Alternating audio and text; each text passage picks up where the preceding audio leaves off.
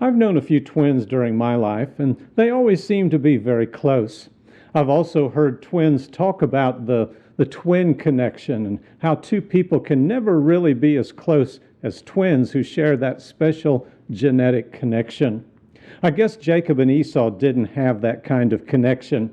In fact, Scripture makes it pretty clear that these two boys didn't even look at all alike.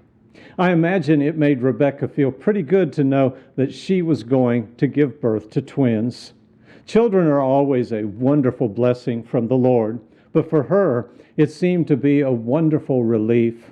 We read that the children struggled together within her, and she said, "If it is so, why then am I this way?" So she went to inquire of the Lord, and the Lord said to her, "Two nations are in your womb, and two peoples shall be separated from your body, and one people shall be stronger than the other, and the older shall serve the younger." That's in Genesis 25, verses 22 and 23. She seemed to be concerned at the ruckus going on in her womb, so she wants to find out what's wrong.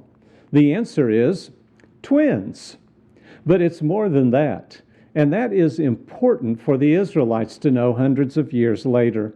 You see, one of those twins would father their nation, and his name was Jacob.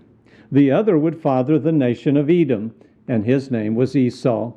Esau would be the older of the two. But God tells Rebekah that the older son would be subservient to the younger son. That younger son would gain the birthright and carry the great promise given to Abraham forward into future generations. Jacob and Esau wouldn't get along, but Israel and Edom, the nations to come from them, wouldn't either.